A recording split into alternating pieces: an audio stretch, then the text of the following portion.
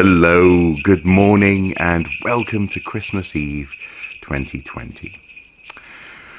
And this Christmas Eve, I've got to say, caught me somewhat off guard. Last night, around midnight actually, I was contemplating doing a live stream of, well, I was exploring a game initially called The Killing Floor 2. It has like a Santa theme-ish, more like a Krampus, sort of fighting Krampus, anti-elves sort of thing going on.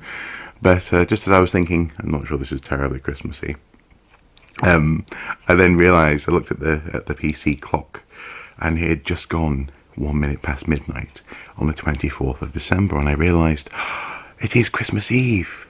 So I abandoned the live stream, went and got some sleep, and now here I am.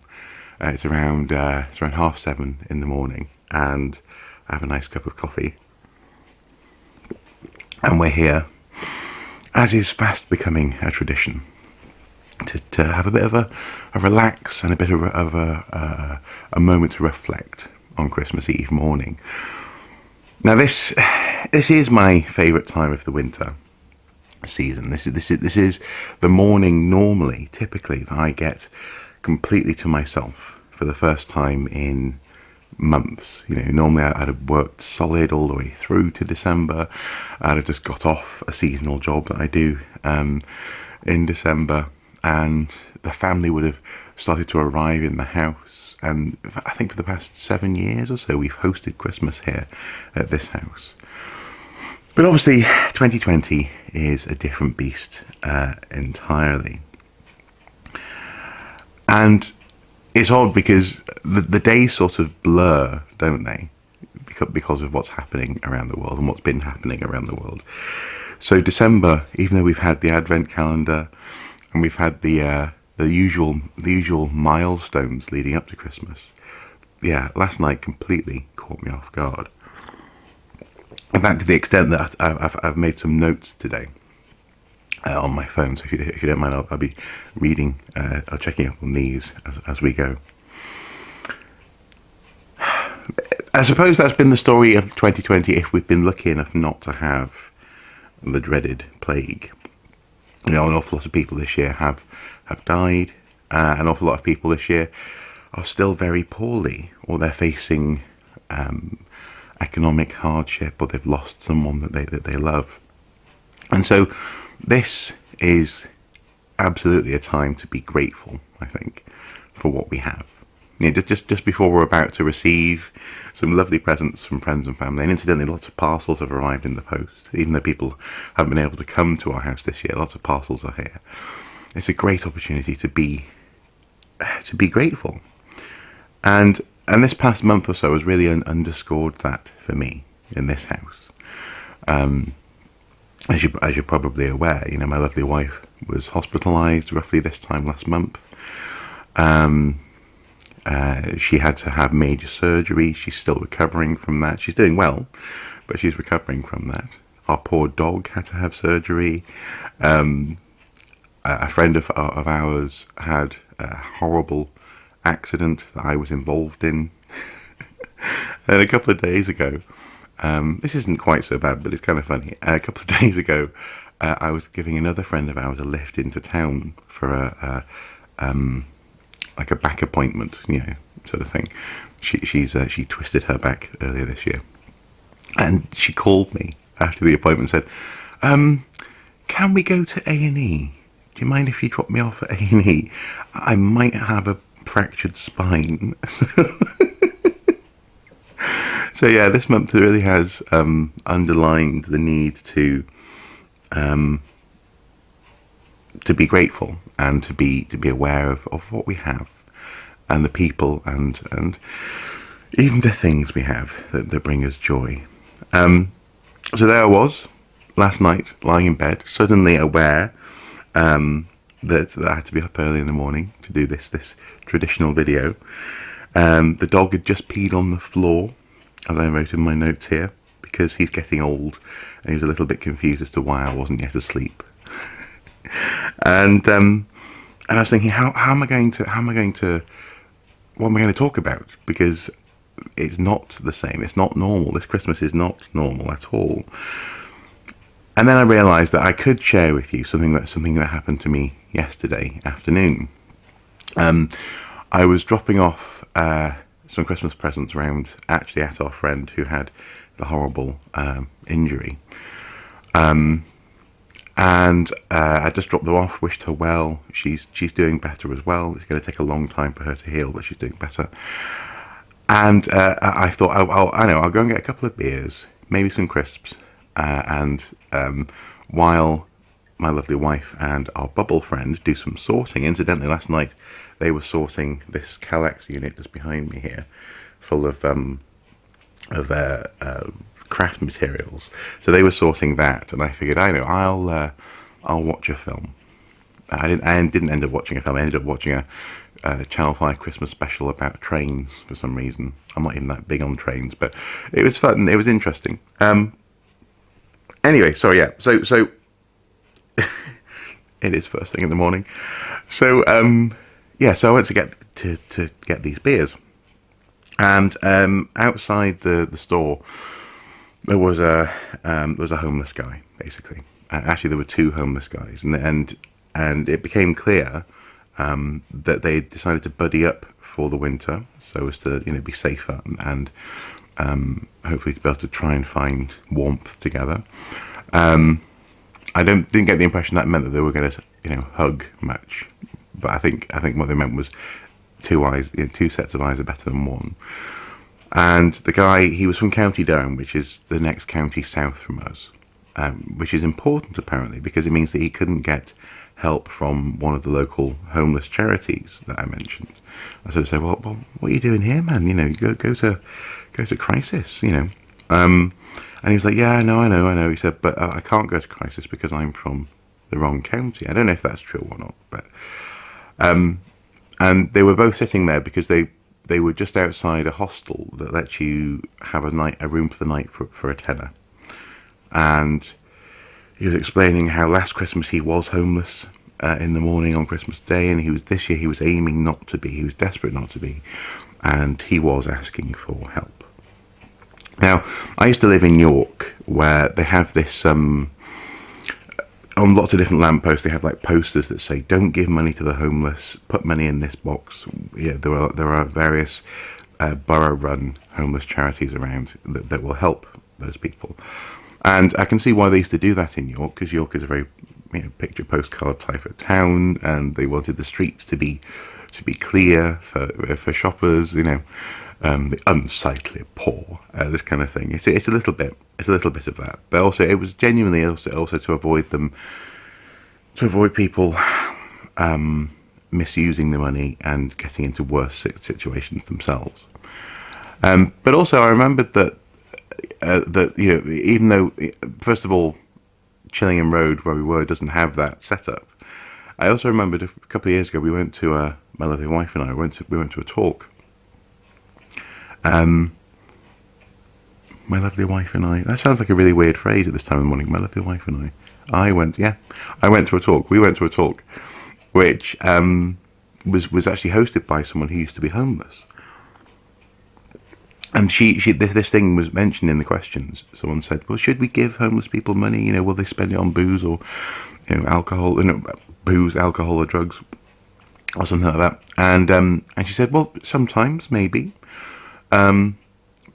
But she said, if someone hadn't given me, £10, £20 out of their pocket one day, I wouldn't be in front of you today. That money helped me to get off the street on the coldest night of the year."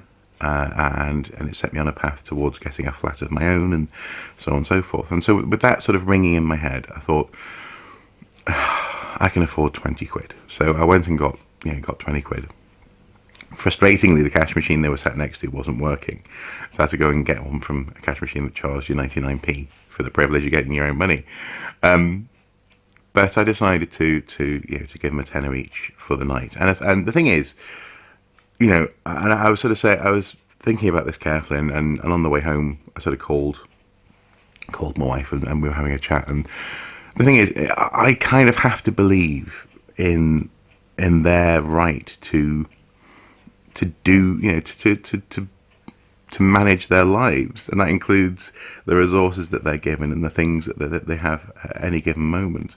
Just as I'm trusted to manage my life, I can't put too much, put any strings on that money. You will not spend this on. So if they wanted to buy a bottle of cider or something, that's their right. They're allowed to do that. That £10 is now theirs, or that £20 is now theirs. But it means that they're cold for the night. And in that sense, I'd much rather that someone thought I was a mug, and then later on maybe rethought that. Or I'd much rather be a mug, as it were, than be so cynical that I was going to say, no, you're only going to buy booze. So I hope last night they had a room. I hope last night they or rooms even. I hope last night they were nice and warm, and I hope last night they were thankful. And I don't mean, what I mean. I don't mean thankful to me or for me, although they were very thankful. They gave me a great big hug, which felt really flipping weird during a pandemic. But I'd rather be, as I put in my notes here, I'd rather be a mug than miserable. And that's kind of underscored the theme for this Advent, I'd rather have hope. I'd rather be willing to help people. I'd rather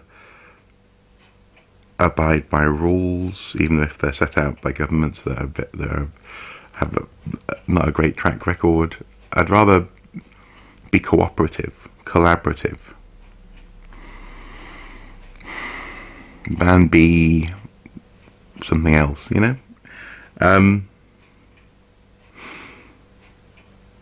Something else that happened this month as well is that we've been doing lots of tidying, and this wouldn't have happened in a normal December.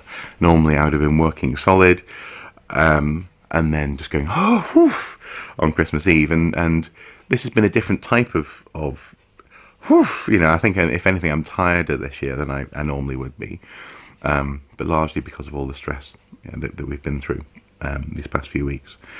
But this month we've been doing lots of tidying. So as I said last night, they were tidying the Kallax. I've tidied my my book and sort of doodle art area over there a little bit, so that it's not so cluttered. I can actually use it. I don't feel, when I am tired, sitting there as though I have to get up and start tidying. That's often something I do. And my wife will be on the couch going, "What are you doing? Sit down." You sometimes I'll have an awful cold. I'm like, "I must tidy things." And she's like, "Stop it, sit down." So it's tidy in there. I've dusted the Batmobiles. I've got a little shelf on the wall now for the two small ones and my favourite Batmobile on top. And also as well, I dusted and decided to get dusted the sort of Assassin's Creed display area, and decided to get rid of one of the Edward Kenway statues that I had. And it's a bit of a story, but basically there's a statue with a black flag on it. Edward Kenway is the assassin from Black Flag, and he's there swinging on a rope. I'm looking at it now, actually, just behind the camera, swinging on a rope. There's a black flag behind him. It's very dynamic, very exciting, very much what I wanted. And I saw it a few years ago in the window of a cash converters and thought, I'll get that after I finished my work for the day. But by the time I'd finished my work for the day, he had been sold, because I couldn't park the car, So I was driving past and thought, I'll get that, I'll come back, and it was gone. So a little bit after that, I found myself in York on a work trip. Like a meeting or something I was having. And it was an interview. I was interviewing an archaeologist in York, that's it. And in the game station, when it was open in York, they were selling off Ubisoft statues. And one of them was the Edward Kenway variant, where he's got two pistols, his guns out. That's what I call it, the guns out statue, which is designed to back onto a Blackbeard statue. It's a very specific thing, and I didn't like it as much as the Black Flag, but the Black Flag by then was not obtainable. So I thought, okay, I'll get this statue. This'll do. This'll be my touchstone to my then and probably still current favourite Assassin's Creed game, Assassin's Creed 2, sort of, is up there as well. But then eventually I got my hands on the Black Flag statue. Ironically enough, it came back into Cash Converters. I think it must have been a different statue, though, hopefully, anyway. And I ended up with 2 Edward Kenway statues, which I thought was a good thing. You know, surely more Edward Kenway is a good thing. But actually they sort of detracted from each other, you know, having 2 of the same person there, and not artistically different, artistically very, very similar, meant that actually they both looked less, oddly enough. So as part of my tidying, I decided to sell that statue on Facebook Marketplace for much less than it goes for on eBay. I put it up for 30 quid basically, and a lovely lady up the road snapped it up. And when I delivered it, obviously, you know, masked up and all that kind of thing. When I delivered it, she was so excited to have this statue, and I thought that's what this statue deserves, you know, giving away excess, creating joy, and having that thing be appreciated really for what it is. Because essentially on my shelf it was just the Edward Kenway statue I didn't like as much as the one next to it. And I did explain this to her, and she found that quite funny. I also fixed the handle on the sword when I bought it in York. The handle had broken off. Actually, it was that might be why it was on sale. Actually, the handle had snapped. But I decided to fix it with a little bit of wood. Ironically enough, I could, you know, it took me selling the thing to fix it as well. That's interesting. Hitherto I just but they get no, it's not actually, because basically I saw it as the statue that wasn't as good as the other one, and therefore it being broken, it just added to its not as goodness, I guess. Anyway, I'm sort of rambling on, but passing on excess and giving away excess statue. That's one of the notes here. Yeah, I've been generous. I've been trying to be generous with my time. Obviously, doing an awful lot of looking after my lovely wife following surgery, helping our bubble friend who has the bad back. You know, lifting boxes up and down. She lives in an upstairs flat, so up and down the stairs. And last night, well, a couple of days ago, we went over while they played Switch, and I installed a shelf in the bathroom for her. And then yesterday, I uninstalled a shelf in the bedroom for her, basically where she did have her PlayStation 3. She didn't need the shelf anymore. It's now on the wardrobe, by the way. She hasn't got rid of her PlayStation 3. So I took that off the wall for her yesterday. You know, and in other way, you know, I've helped to film Christmas stuff for friends and colleagues, and that's been another way this month that I've been trying to, I suppose, get into the spirit of Christmas is tidying, giving away, being generous with time. And I suppose preparing to bask, as I said in the notes here, in what we have, in who we have, and in having enough. And it's a very fashionable thing in Britain now, at the moment anyway, to reference at this point Scandinavian ideas like hygge, you know, having enough, having warmth and light on a dark night. Having precisely what you need, not too much, and certainly not an excess, just enough to be cozy, to be warm, and to be content. And I think that's probably what we're aiming for this Christmas. I mean, if you just look over here very quickly, we still have to do some tidying. That's a craft table that we got out yesterday to sort the craft area, and then the dining table has a load of boxes on it still. So you know, there's still some work to do, but that's temporary. That's going to be fixed by the end of the day, and got a couple of pictures to hang up now as well. Again, we've been doing little things like that as well. Actually getting on top of. So, you know, dusting, but also hanging things that need hanging, and so on and so forth. Preparing, preparing to have enough. I think that's basically what we've been doing. What better a way to begin Christmas in 2020, this is me when I'm awake writing, obviously, than realising and remembering those ways in which we are fortunate. Ah, isn't that slightly sickening?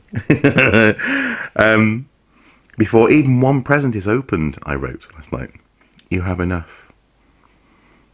That said, though, yesterday a very interesting Forbidden Planet parcel turned up. It's just up there on the dining table. And I know one of the presents that my wife has got me, and she said this parcel is not that present. So I have something else surprising coming my way from Forbidden Planet. So you have enough before you've opened your parcels, but then again, it is nice to have a mystery parcel or two to open, is it not? So so there you have it. That's my Christmas Eve morning. I am, yeah, I'm definitely more tired than I normally would be at this time of year, and that's been reflected in the number of streams I've been doing as opposed to videos in the past few weeks. And I know you guys know, and in that sense, it's not like you go, where are the videos? I do not want live streams. This is not adequate. Or maybe you are slightly, but you're being polite enough not to moan about it, so thank you. But my goal today, tomorrow, through to New Year, is to really embrace that stillness, that simple fact that we have enough, and that we have each other as well. After such a difficult year, punctuated by a particularly difficult month for us at least, it's going to be lovely just to be. And actually this year, yes, family aren't with us. There's no one stirring up above. My wife definitely wouldn't be stirring at now. Almost 8 o'clock in the morning. But we do have our bubble friend, and so she's going to be with us tomorrow. We're going to be playing games. We've got a couple of plans. One of them is to make a origami flower together. That should be fun. I've never done that before, so that's something. We're probably going to watch Muppets Christmas Carol later on today. Definitely going to watch Tenet on Blu-ray at some point in the next couple of days. I've got a Lego model floating around that I need to make. Life is good. No matter the struggles, being alive and being together is good. And with that in mind, I'm here with you this morning. Thank you so much if you stuck with me throughout this ramble. Thank you so much for watching, and thank you for your time and your support this year as well. I've had some lovely comments these past few weeks, and they've been very, very, very welcome. So thank you so much. Merry Christmas. Perhaps a Happy New Year. I'm sure I'll be online before the New Year. But yeah, take some time just to consider what you have, and the fact that before even a present is opened, you already have enough. Or hopefully you do anyway. As ever, guys, until next time, do take care. Bye-bye.